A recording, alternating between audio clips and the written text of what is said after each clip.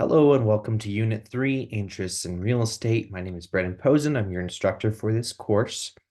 Just like every other module we've gone through, if you find something in here that we don't cover on the brief overview of the chapter, feel free to email me and we can set up a Zoom course or come to my live office hours during the week, and I'm happy to help you with any questions that you might have in this unit. Now, we're not going to talk about everything in this unit because, of course, you have already read through and hopefully formulated your own ideas and your own questions about the unit itself. But I am going to go over exactly what you might need to know for the final exams and for the tests, as well as some items you're going to actually be dealing with on a day-to-day basis here when you're working in the real estate profession. So the first couple things that we're going to go over are these key terms. We're not going to hit every single one, but like I said, we're definitely going to hit the ones that are really, really important for you to know. So the first one on our list is condemnation, right? And when you think of condemnation, you've probably seen like a condemned building or something of that sort. And that's kind of close to the same lines that you're thinking of. But typically condemnation is going to come through when you're dealing with things like eminent domain. Now, eminent domain is when typically the state government is going to take a portion of or all of your property in order to build something for the greater good of the community. Now, important thing to remember with eminent domain is that they pay you just compensation. And when they talked about just compensation for eminent domain, that means that they're going to go and do an appraisal on the property and pay the property owner for either the portion of the property that they're going to have to take for that highway, for that freeway, for whatever they're going to be building there, or for the entirety of the property itself, depending on how much of the property they need to use in order to build whatever that item's going to be. Now, the next one on here that you kind of have to remember about is CC&Rs. Now, CC&Rs are typically found when you're dealing with selling a home in a subdivision, and they're called covenants, conditions, and restrictions. So these are the do's and don'ts of what you're allowed to do at your home if it has an HOA on it. So some of you might have seen or grown up in an HOA, and you know that maybe your trash cans can't be out for more than 24 hours after trash day, or your walls can only be so high and they have to be made of a certain material. Your home can only be a certain color. These are all types of CC&Rs or covenants, conditions, and restrictions that you typically find on your normal day-to-day basis when you're dealing in the real estate profession. Now, the next one to kind of know about is deed restrictions. Now, deed restrictions, don't get them confused with CC&Rs because they kind of do the same thing. But the deed restriction is going to be on the actual deed itself, and it's going to restrict that singular property from doing something of that you might want to do. So it could be like a setback requirement. How far back off of the perimeter of the property walls do you have to actually start building? It could be things like minimum square footage of building area. So your home has to be at least X square feet, and it can be no bigger than X square feet. It could be requiring a 2 or 3 car garage instead of just a 1 car or a no car garage. But remember, the difference between deed restrictions and CC&Rs is the deed restrictions going to be found on the actual deed, and the CC&Rs typically have to be requested. Now, you might have CC&Rs in an area that does not have an HOA, so it's always a good idea to request CC&Rs. Some parts of town, like over in North Albuquerque Acres, Corrales, Los Ranchos, they might have their own covenants, conditions, and restrictions off of what the property owners in that area can do and build on their properties. A very common CC&R in the areas that we typically sell in is things like you can't have livestock. So if you have somebody that really wants chickens on their property, it's really important to ask for those CC&Rs and see if those are going to be allowed or not. Now, it's really important that you start looking at the different types of easements and the different types of estates that you can have here in real estate. Now, when we're explaining an easement, you've probably seen or heard one before, and a very common one would be an easement that utility companies use, right? And that would be an easement in gross. So they always have that ability to have their easement to contact or go through and fix their utility lines. It could be power lines, it could be gas lines, whatever is needed for that area. And pretty much every property we're going to sell is going to have some type of easement. Usually that's at least a utility easement, or it could have some of the other various types of easements. Now, when you think of easement by necessity, hopefully that's kind of an easy one for you to think about. It's necessary for you to have that easement. So a very common one that we see could be a landlocked property that in order to access their property, they're going to have an easement through another piece of property to actually get to them, maybe their driveway or wherever they're trying to drive in. So that could be a shared driveway by multiple neighbors. It could be just a piece of somebody else's property that you have the ability to drive across in order to get to your property. That's what you should be thinking of when you start hearing of easement by necessity. Now, easement by prescription is one we don't see very often, but it is one that will come up on the tests.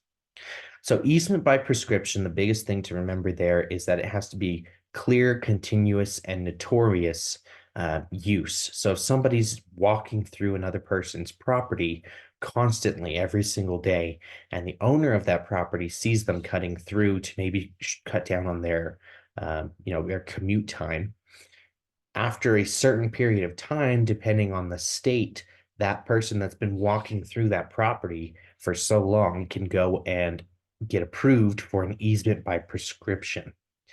And that just says that they've been doing this for X amount of years. It's been clear use. The property owner knows about the use. They've never told me not to do it. So I have the right to continue using that as an easement by prescription. Now, encroachments is something we see very, very often in our profession. And hopefully when you're dealing with encroachments, it's nothing major like a building has gone over. But we often see encroachments by maybe the neighbor's tree, right? It's hanging over the wall into the next property. It's encroaching on that next property.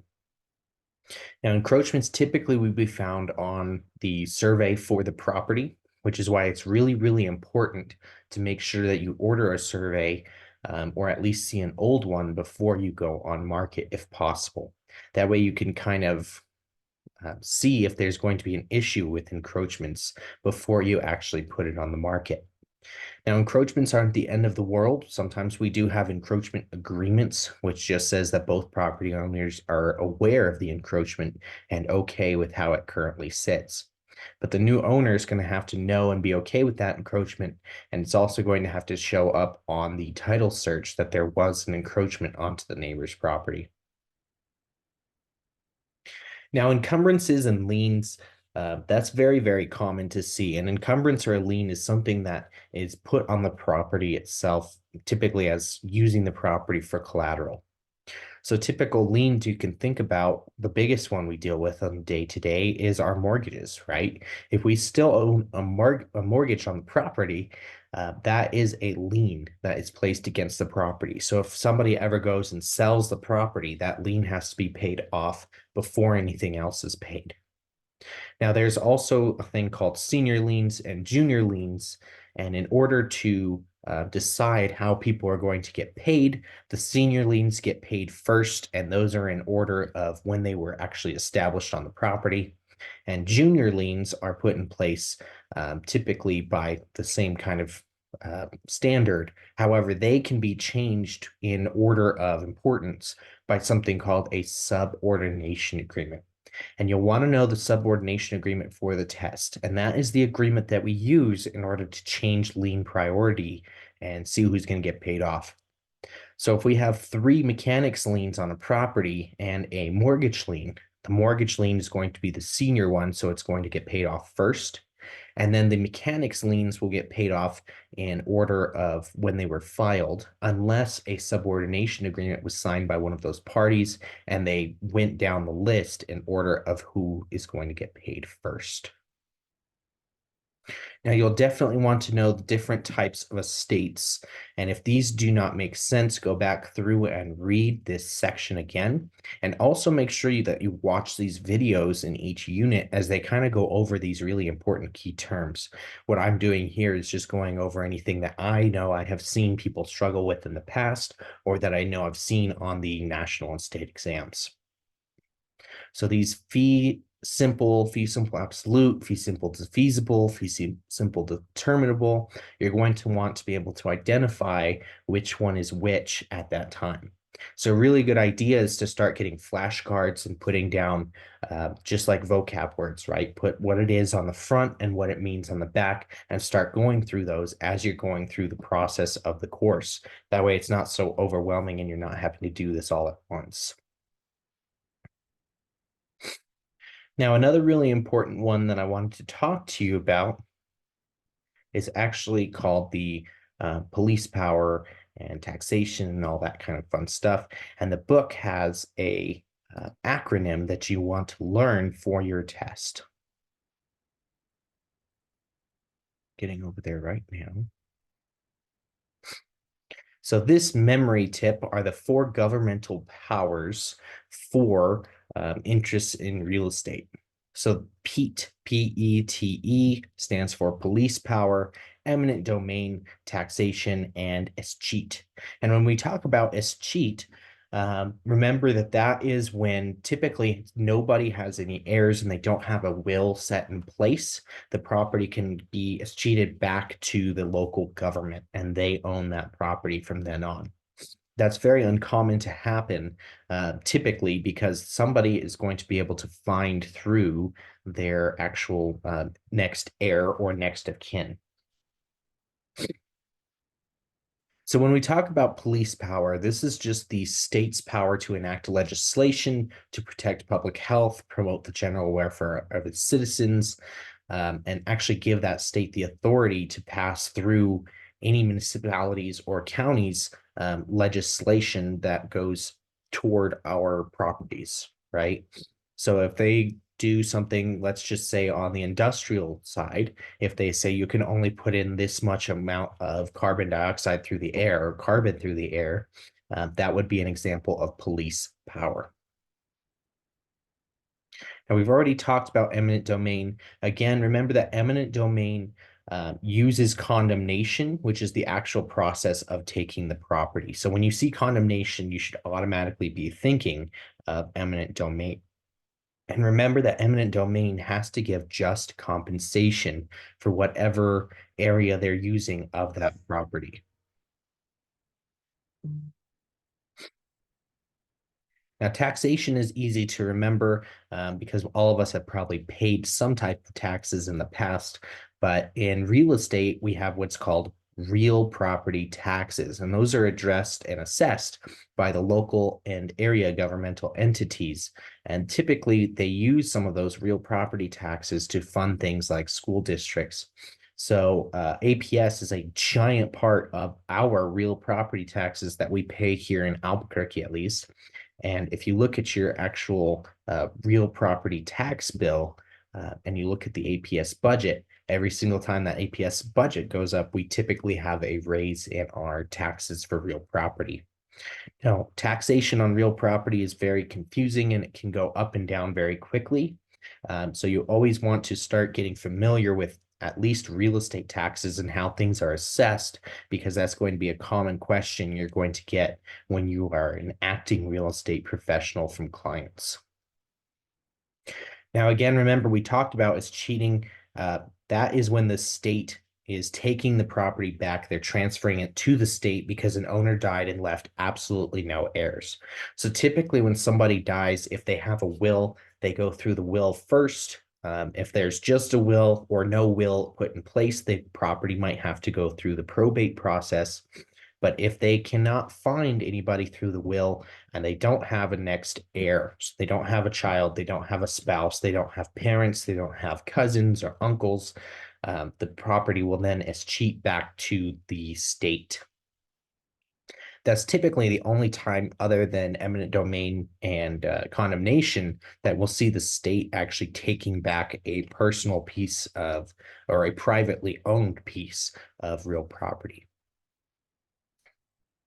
Now, remember, all of these restrictions, our CC&Rs, our police powers, all of that stuff has to still follow fair housing guidelines. So we can't have a discriminatory restriction. We can't have a discriminatory CC&R. They all have to follow fair housing. And in some parts of Albuquerque, you can actually see that we have CC&Rs or restrictions that are so old that they are discriminatory. They'll talk about some type of person that can't live there based off of their color or religion or sex or familial status. And all we have to do is just kind of ignore those items because they're not enforceable, since they go against the fair housing regulations, not only the federal fair housing, but also the New Mexico fair housing regulations. So that's a really important thing to remember about these items, is we're always following fair housing when possible. Now, these key point reviews are really, really good to go over. They kind of give you the big hot topic items of each unit. So you'll definitely want to read over these and make sure that any of these blue bolded areas, you start making those flashcards so you can start to get familiar with those vocab words. The test is heavy on vocab. They're going to throw all of this at you and expect you to know what each blue highlighted area is. Now, the last thing I want to go over before this unit kind of times out is the licenses. And you've probably dealt with a license before, but a license is a personal privilege to enter the land of another for a specific purpose. You've probably heard of hunting licenses and fishing licenses. And if you've ever been to a concert or show at Santa Ana or Sandia or Isleta or any of those areas, if you flip your ticket over, you can actually read the licensing agreement that you accept when you're buying that ticket. So that ticket is your license to go to that show, to be on the property for that area or for that time frame without, being against the law. So I hope this helped a little bit, help you to give you some reminders for remembering and some study tips. Again, if there's anything in this chapter that has really confused you, please feel free to reach out to me anytime, and I'll get back to you within 24 business hours through the next day. Also, remember that if you send me something on Friday, you typically will not get a response back until Monday, unless I'm going through scrolling my emails at nighttime. Thank you guys for watching, and we'll see you on the next section. Have a great day.